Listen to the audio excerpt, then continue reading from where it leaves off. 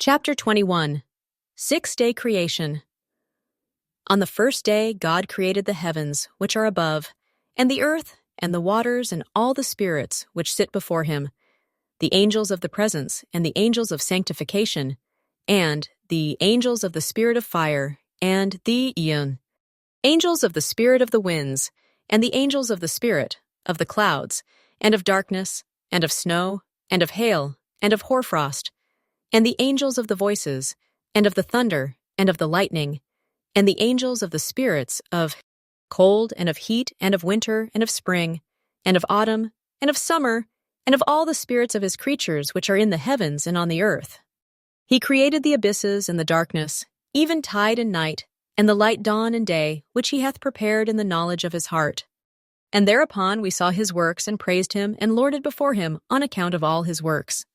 For 7 great works did he create on the first day.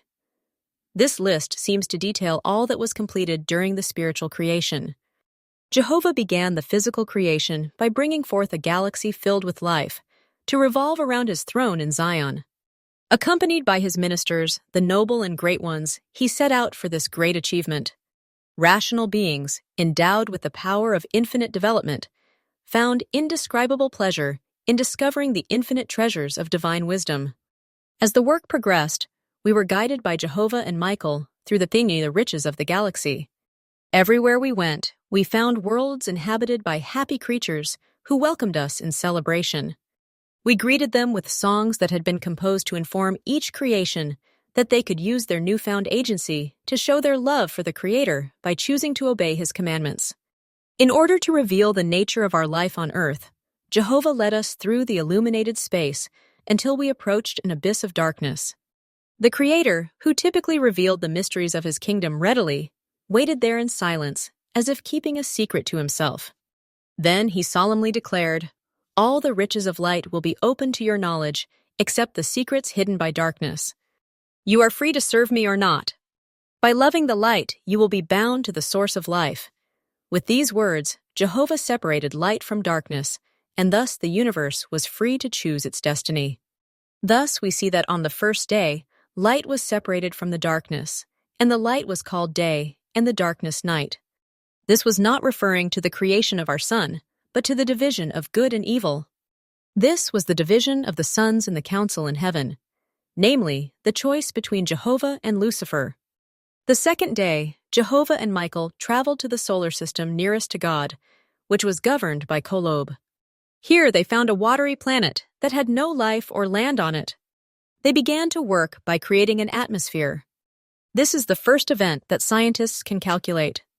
The formation of Earth's atmosphere occurred 4.5 billion years ago. This refers to the division of the waters stored in the clouds of the sky from the waters in the oceans of the earth. Jehovah and Michael commanded the earth to rotate faster, causing the crust on the ocean floor to work its way out to the outer edges of the planet due to centrifugal force. This divided the waters above the outer crust from the waters below the outer crust stored in underground oceans.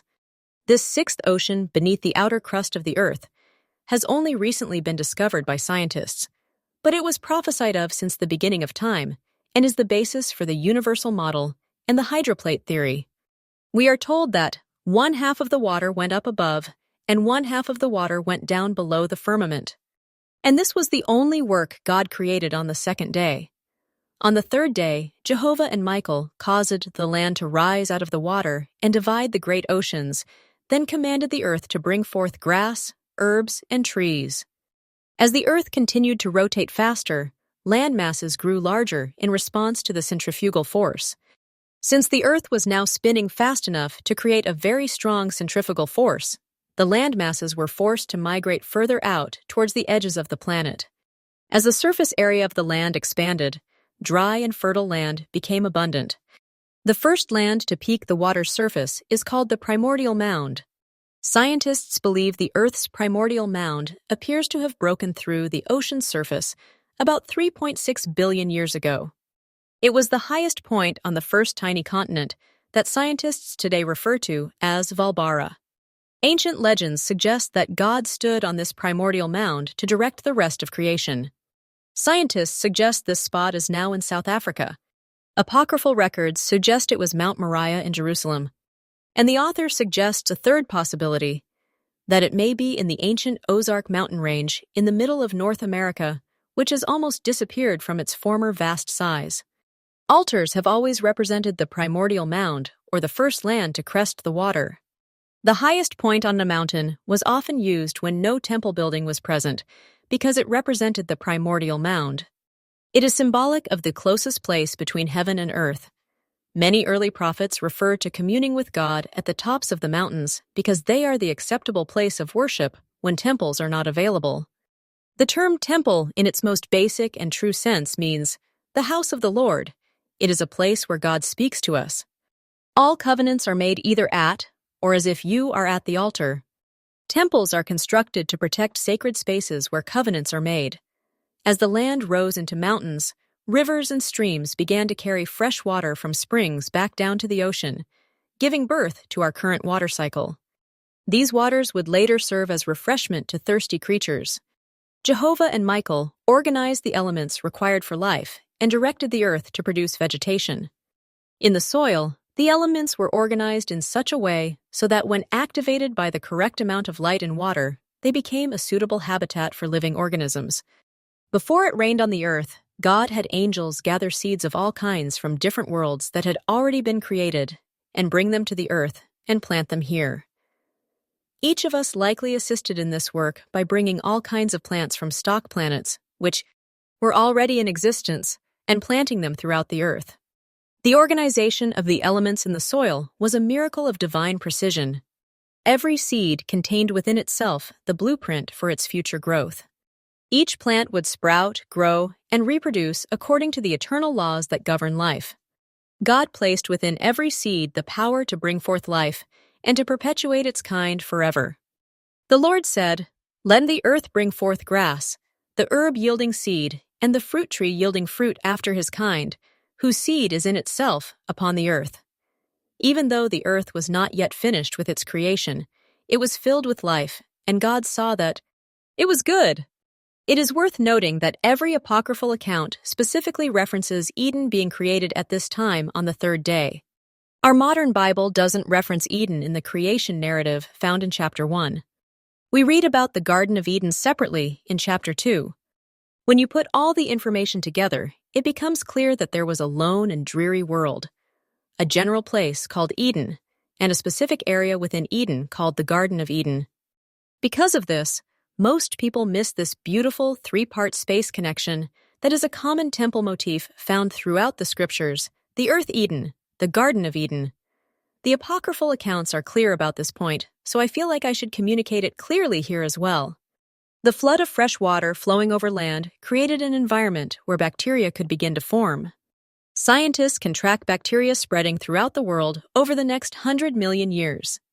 During this time, these basic single-cell life forms were primarily restricted to the Earth's wet surfaces, but seem to have multiplied greatly. While no multiplication can be tracked among the complex vegetation we had just planted, scientists take note that the next 3 billion years passed with little growth or change, which matches the biblical narrative because we see a break in the work on planet Earth at this stage as well. With the Earth now prepared with water, land, and vegetation, the stage was set for the next great step in the creation. The light of Christ was sufficient for the first 3 creative periods, but now the Lord needed to prepare for a time when we would not be able to enjoy his presence. On the 4th day, Jehovah and Michael traveled to the outer banks of the Orion Arm in our Milky Way galaxy to establish the permanent heavenly bodies that would govern day and night with precision and order. The expanse of heaven was formed into specific divisions. These divisions would determine the organization that exists between the sun, moon, stars, and planets and establish time as it exists today. The lights which were to appear in the firmament were to divide the day from the night. They were to be for signs, for seasons, for days, and for years. The sun was given dominion over the day, while the moon was appointed to rule the night. God exists outside of time and space because the laws of entropy have no effect on him or his heavenly kingdom. So he had to create time for the purposes of our mortal probation. Jehovah and Michael gave orders to our sun and solar system and spaced each planet perfectly so as to create a habitable zone for the Earth to dwell. During our mortal journey, these luminaries would serve as symbols of the spiritual presence of God. These systems of stars and planets were not set randomly. They were strategically set within specific boundaries and placed there by divine decree. The constellations of the night sky would convey the truths of the gospel down generations forever. Alma, a Book of Mormon prophet, was awed by the majesty of God when contemplating the heavens and said, "Surely, all things denote there is a God." Out of the 8 planets that we know of in our solar system, there is only one where we can have a perfect lunar eclipse. The chances of the perfect distance being between the Sun, the Earth, and the Moon is so amazing it should suggest to every rational being that we are living in a system of intelligent design. Melchizedek pointed out that when God created the worlds of our solar system, He did not intend for them to be inhabited like the Earth. He created them for the balance of the solar system. The sky is filled with splendor, softening the darkness of terrestrial nights. We rejoiced at seeing the Earth, radiant with colors, with the moon nearby chasing away the deep nocturnal shadows with its silvery reflection. After seeing all this, we rejoiced to greet the dawn of the 5th day. In their absence, the Earth had become filled with single-cell life forms. The natural processes of plate tectonics, seafloor spreading, volcanoes, and earthquakes had taken their course. Continents had risen, smashed into each other, and split apart. This is when Earth's 2 supercontinents, called Gondwana and Laurasia, collided with each other and formed a new supercontinent called Pangaea. The collision created the ancestor of the Appalachian mountain range, referred to by scientists as the Central Pangean Range. The Bible describes the land still being in this state when Adam and Eve were placed on the earth. On the 5th day, Jehovah and Michael returned their attention to the earth. It appears this is when complex life began to reproduce and spread. For the first time during this eternal round of creation, as far as we can tell, the direction to reproduce after their kind was authorized, and the plants of the earth joyfully obeyed the command. Grass sprang up in every direction. Herbs appeared in abundance, each bearing seed according to the laws established in the beginning. Trees of every kind grew tall and strong, each one yielding fruit according to its own nature. The earth became a living garden, prepared for all that would soon inhabit it. Jehovah and Michael observed the thriving vegetation and marveled at the order and harmony that now covered the land. Each plant filled its proper place, and each fulfilled the measure of its creation. There was no confusion, no chaos, only divine organization. And again, God saw that it was good. The solid surface of the planet became covered with all kinds of vegetation, crossed by crystalline rivers and endless forests. The earth became a canvas that the Creator could color with paintings of unparalleled beauty. Soon the earth was full of color, and the air was filled with the sweet fragrances of the first living plants. The oceans, lakes, and rivers sparkled in the light, and the land was covered in an endless variety of greens, yellows, oranges, and reds. Jehovah and Michael placed fish of each kind in the sea, and the birds of each kind in the sky. For these were the first things of flesh that were created by His hands. The fish along with everything else that moves in the waters, the birds, and everything else that flies. Even scientists agree that it was after a long period of stagnation, the ocean creatures were the first complex creatures to form and multiply. Immediately, the waters became full of the presence of countless species. They joyfully celebrated their existence by swimming and jumping continuously. From microscopic to large whales, all appeared to be in perfect harmony and reflected in their nature the love of the Creator. With eyes turned towards the blue atmosphere resting on the green forests, the Eternal commanded the birds to fly over the heavens' expanse. According to His command, the heavens were filled with colorful birds flying in all directions, carrying in their hearts a song of gratitude for life. This song filled the air, mingling with the scent of blooming bushes. God blessed His earthly creatures by declaring, "Be fruitful and multiply. Fill the waters of the seas and let the birds multiply on the earth." Scientists can track seeds of all kinds spontaneously spreading over the face of the earth around 470 million years ago. They have no answer for the rapid growth of plant life arising seemingly from nothing, because the evolutionary cycle cannot be traced slowly over billions of years as they would have expected. Yet this is what we witnessed as we joyfully observed the dawn of the sixth day. With the earth now prepared with water, land, and vegetation, the stage was set for the next great step in creation. We watched in anticipation of what God would create on this final day. We knew that something special was about to happen. The day began as God raised his mighty arms and ordered the creation of land animals according to their kinds, livestock, reptiles, and wild beasts of the earth. His powerful voice was heard in the forests and fields, where the result of creative power manifested animals of all species beginning a happy existence amidst a paradise of perfect peace. According to scientific studies, the first land animals began to walk the face of the earth 423 million years ago. This aligns perfectly with the order of events in the biblical narrative, as it states that on the sixth day, Jehovah and Michael created the land animals. It was at this time that they caused a mist to cover the earth to water it. This marks the first time life-giving rain began to fall upon the earth.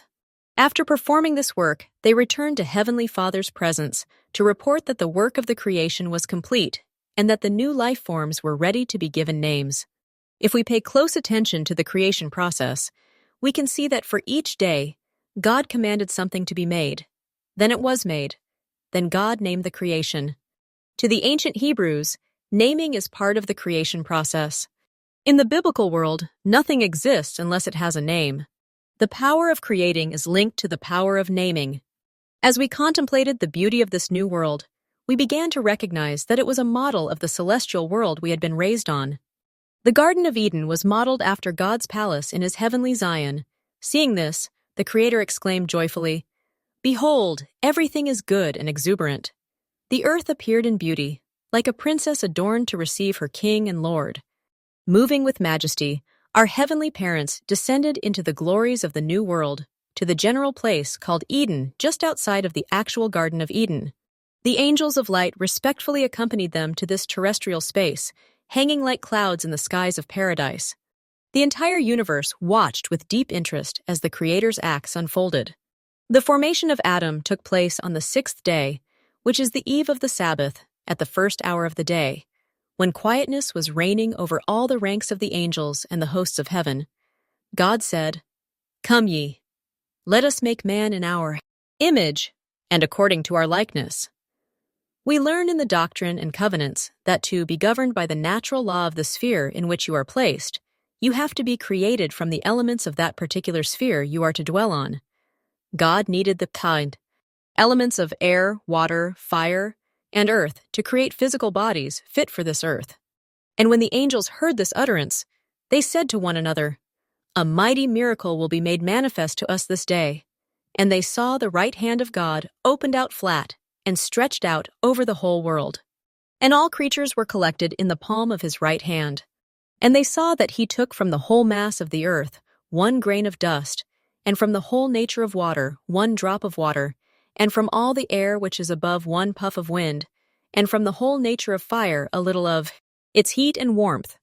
And the angels saw that when these 4 feeble and inert materials were placed in the palm of his right hand, that is to say, cold and heat and dryness and moisture, God formed Adam.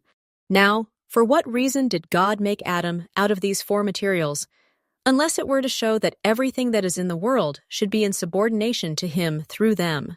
He took a grain from the earth in order that everything in nature that is formed of earth should be subject to him, and a drop of water in order that everything that is in the seas and rivers should be his, and a puff of air so that all kinds of creatures that fly in the air might be given to him, and the heat of fire so that all the beings which are fiery in nature and the celestial hosts might be his helpers. Apocryphal records suggest that angelic thrones assisted in the creation of Adam's physical body, each making a specific part that could work together once fully assembled. These angels were named. While many are not recognizable names, some are. It appears from these records that Lucifer and his 1/3 worked alongside angels such as Raphael, Michael, and Sophia to complete this great work. This marks the last time they would participate in anything helpful. Adam's physical body was formed in God's own image and likeness. When the angels saw Adam's glorious appearance taking shape, they were greatly moved by the beauty of it. For they saw the image of his face burning with glorious splendor like the orb of the sun, And the light of his eyes was like the light of the sun, and the image of his body was like unto the sparkling of crystal. According to the Native American creation story found in the Walam Olam, the clay of the ground was red in color. This gave the first man and woman red skin. Since the dawn of time, Native Americans have referred to themselves as red men or redskins. This is an interesting fact in our day, for as an attempt to show kindness, we have gotten offended on their behalf because of the apparent racial overtones and have removed their ancient religious culture from our sports teams and mascots. However noble our efforts were, our misguided act has further removed and distanced them from their ancient culture and religion. The Eternal solemnly worked with the natural elements of the earth to finish shaping the body of man. After a few moments, the completed lifeless body of the first man lay before the Creator. Seeing the work was complete, God stepped back and allowed the majesty of his creation to dawn on the minds of the rest of us who were present. The Discourse on the Abaddon states that God sighed over him daily for 40 days and 40 nights.